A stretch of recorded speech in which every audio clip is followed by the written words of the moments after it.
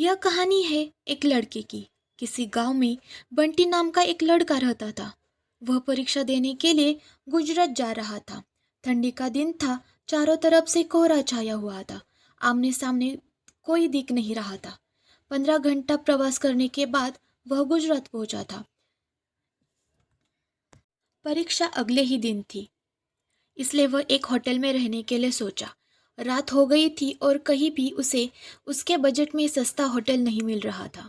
काफ़ी ढूंढने के बाद एक सस्ता होटल मिला। वह उस होटल में एक कमरा बुक करवाया और जब वह कमरे में गया तो कमरे में चारों तरफ जाले लगे हुए थे। ऐसा लग रहा था कि यह कमरा काफ़ी सालों से बंद पड़ा था और कमरे के अंदर का माहौल एकदम डरावना और सुनसान लग रहा था। लेकिन उसने ये सब नज़रअंदाज कर दिया और होटल से खाना मंगवाया, खा पी कर सोने चला गया। जब वो सो रहा था तो लगभग रात के 1 बजे के करीब उसे किसी पायल की घुंघरू की आवाज़ सुनाई दे रही थी। बंटी तुरंत नींद से उठ गया और जल्दी से खिड़की के पास गया, ये पता करने के लिए कि इतने रात को कौन है जो इतने सुनसान रास्ते पे घूम रहा है, क्योंकि वहाँ होटल में बंटी और मैनेजर के अलावा कोई भी नहीं था। फिर उसने अपने कमरे में से मैनेजर को फ़ोन किया और उसने ये बात उसे बताई। कब से किसी की पायल की आवाज़ सुनाई दे रही है, आपको भी दे रही है क्या? मैनेजर ने कहा कि सर ऐसी कोई बात नहीं है, आपको हवा से ऐसा लग रहा होगा। वैसे भी ये जंगली इलाका है, यहाँ पर तो हल्की हवा भी तूफान के जैसे लगती है। आप सो जाइए, ऐसी कोई बात नहीं है। बंटी मैनेजर की बात पर भरोसा करके फिर से सोने चला गया। कुछ देर बाद उसे दोबारा वही पायल की आवाज़ पहले से भी ज़्यादा तेज सुनाई देने लगी। इस बार उसने अपने कमरे का दरवाज़ा खोला और सीधा होटल के बाहर देखने के लिए चला गया। जब वह बाहर आया तो देखा कि एक काफ़ी लंबी औरत है जो सफ़ेद साड़ी पहनी हुई थी। उसके काफ़ी लंबे बाल थे और चेहरा ढका हुआ था। वह अपने हाथ में एक नारियल लेकर होटल के चारों तरफ चक्कर लगा रही थी। ऐसा लग रहा था कि मानो अपने पायल की आवाज़ से किसी को बुला रही है। बंटी दौड़कर उसके पास गया कि कौन ये जो औरत इतनी रात को घूम रही है। वह अपने हाथ में एक नारियल लेकर होटल के चारों तरफ चक्कर लगा रही थी। ऐसा लग रहा था कि मानो अपने पायल की आवाज़ से किसी को बुला रही है। बंटी दौड़कर उसके पास गया कि कौन है ये औरत जो इतनी रात को यहाँ घूम रही है। लेकिन वह तुरंत ही गायब हो गई और चारों तरफ कोहरा ही कोहरा फैल गया।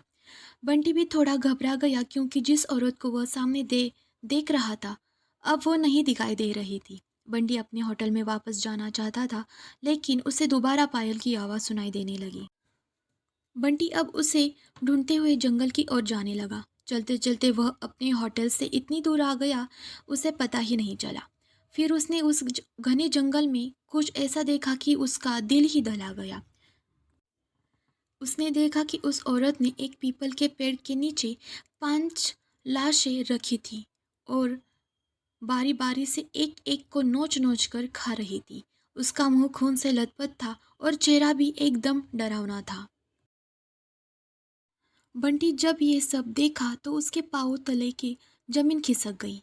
ये सब नज़ारा देखते ही उसे डर के साथ रोना भी आने लगा, क्योंकि अपने पायल की आवाज़ से यहाँ तक उसे वो लेकर आई थी।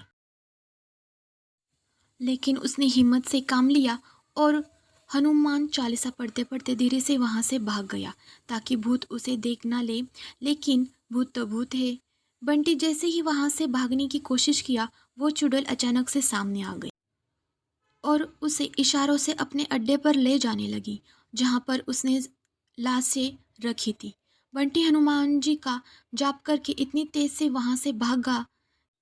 भागते भागते सीधा वह अपने होटल पास आया। वहाँ थोड़ी देर रुका तो उसे एक आदमी दिखाई दिया। उसे देखकर ऐसा लग रहा था कि ये अच्छा आदमी है।